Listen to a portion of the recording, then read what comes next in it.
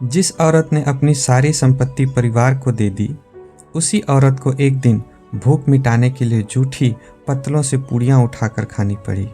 आखिर ऐसा क्यों हुआ? हेलो दोस्तों, मेरा नाम हरकेश है। मैं कहानियाँ सुनाता हूँ। चलिए आज की कहानी शुरू करते हैं। एक गांव में एक बूढ़ी काकी रहती थी। उम्र इतनी हो चुकी थी कि ना तो ठीक से चल सकती थी और ना ठीक से देख सकती थी और ना ही कोई काम कर सकती थी। उनके पति बहुत पहले दुनिया छोड़ चुके थे। उनके बेटे भी अब इस दुनिया में नहीं थे। घर में अपना कहने वाला केवल एक भतीजा था, मोहन। काकी ने प्यार और भरोसे में आकर अपनी सारी जमीन जायदाद उसी के नाम कर दी थी। उन्हें लगा कि अब जीवन के आखिरी दिनों में उन्हें सहारा मिल जाएगा, लेकिन हुआ बिल्कुल उल्टा। संपत्ति तो भतीजे को मिल गई, पर काकी का सम्मान और सुख उनसे छीन गया। धीरे धीरे घर में उनकी अहमियत खत्म हो गई। उन्हें भरपेट खाना भी मुश्किल से मिलता था। काकी बूढ़ी थी, कमज़ोर थी, लेकिन उनकी एक इच्छा अब भी बाकी थी, स्वादिष्ट भोजन खाने की इच्छा। जब भी घर में कोई अच्छा पकवान बनता तो उनका मन उसे खाने को तड़प उठता, लेकिन अक्सर उनकी यह इच्छा अधूरी ही रह जाती। एक दिन घर में बड़ा उत्सव था। मोहन के बड़े बेटे का तिलक था। पूरा घर मेहमानों से भरा हुआ था। शहनाइयाँ बज रही थीं, गीत गाए जा रहे थे और रसोई में तरह तरह के पकवान बन रहे थे। कढ़ाई में गर्मा गर्म पूड़ियाँ छन रही थी। घी और मसालों की खुशबू पूरे घर में फैल रही थी। अपनी छोटे से कमरे में बैठी बूढ़ी काकी उस खुशबू को महसूस कर रही थी। उनके मुंह में बार बार पानी आ रहा था। वे सोच रही थी, आज तो मुझे भी पूड़ियाँ खाने को मिलेंगी। लेकिन समय बीतता गया और उन्हें कोई बुलाने नहीं आया। भूख और इच्छा ने आखिर उन्हें बेचैन कर दिया। वे धीरे धीरे हाथों के सहारे रेंगती हुई रसोई के पास पहुंच गई, जहां पकवान बन रहे थे, पूड़ियाँ छन रही थीं। वहां बैठकर वे चुपचाप पूड़ियों को देखने लगे। तभी सुशीला की नज़र उन पर पड़ गई। सुशीला मोहन की पत्नी है।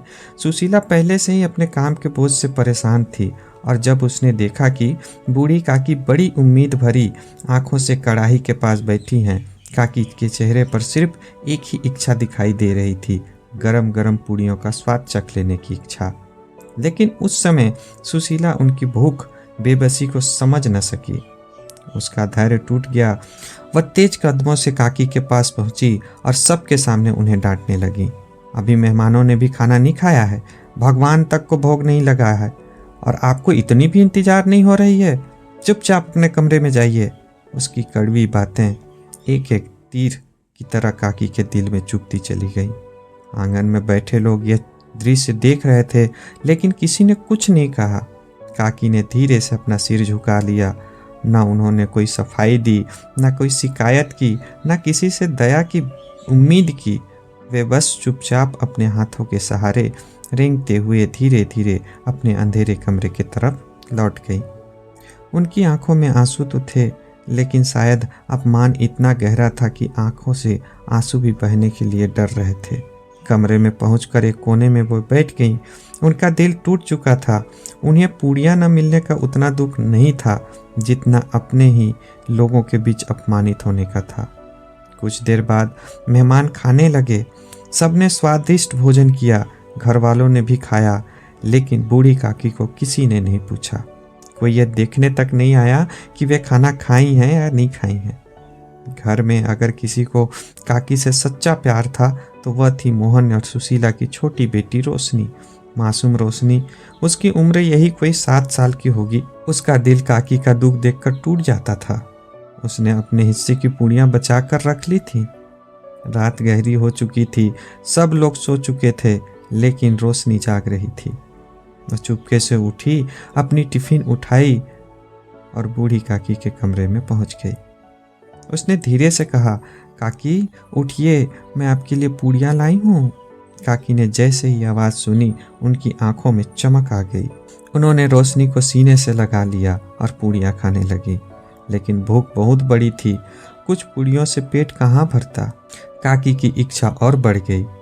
फिर काकी रोशनी से बोली, मुझे आंगन में ले चलो, मासूम रोशनी मतलब समझ न सकी और कुछ देर बाद वे रोशनी का हाथ पकड़कर वहां पहुंची जहां मेहमान खाना खाकर जा चुके थे। और फिर एक ऐसा दृश्य सामने आया जिसे देखकर किसी का भी दिल कांप जाए। भूख से मजबूर काकी जूठी पत्तलों से पूड़ियों के टुकड़े उठाकर खाने लगी। कभी दही का बचा हुआ हिस्सा खाती, कभी कचौड़ी का टुकड़ा खाती, कभी पूड़ी का छोटा छोटा टुकड़ा चुन कर खाने लग जाती। इस करुण दृश्य को देखकर ऐसा लग रहा था मानो आसमान भी रो पड़ेगा। उसी समय सुशीला की आंख खुल गई। उसने सुना तो बाहर कुछ आवाज आ रही थी। उठकर उसने जो देखा तो उसके पैरों तले जमीन खिसक गई। उसने देखा काकी जूठे पतलों से बचा हुआ खाना चुन चुन कर खा रही है और रोशनी उसके बगल में खड़ी है। उसकी आंखों से आंसू बहने लगे। उसे पहली बार एहसास हुआ कि उसने कितना बड़ा अन्याय किया है। जिस महिला की संपत्ति से घर चल रहा था, आज वही महिला भूख से मजबूर होकर दूसरों की जूठी पत्तल चाट रही थी। सुशीला का दिल पश्चाताप से भर गया। वह तुरंत किचन में गई, एक थाली में तरह तरह के पकवान सजाए और बूढ़ी काकी के पास पहुंच गई। उसने रोते हुए कहा, काकी, मुझसे बहुत बड़ी गलती हो गई, मुझे माफ़ कर दीजिए, चलिए खाना खा लीजिए। काकी ने उसकी बात नहीं सुनी। वे तो सामने रखी थाली देखकर ही खुश हो गई थी। एक छोटे बच्चे की तरह वे खुशी खुशी खाना खाने लगी। मॉरल ऑफ द स्टोरी यह है कि बुजुर्गों को सबसे ज़्यादा ज़रूरत दवा की नहीं, सम्मान, प्रेम और अपनापन की होती है। जिसने पूरी ज़िंदगी परिवार के लिए जी हो, उसे बुढ़ापे में अकेला छोड़ देना सबसे बड़ा अन्याय है। याद रखिए, एक दिन हम भी बूढ़े होंगे। आज हम अपने बुजुर्गों के साथ जैसा व्यवहार करेंगे, कल हमारे बच्चे भी हमसे वैसे ही व्यवहार करेंगे। अगर इस कहानी ने आपके दिल को छुआ हो तो वीडियो को लाइक कीजिए, चैनल को सब्सक्राइब कीजिए और अपने दोस्तों के साथ शेयर कीजिए।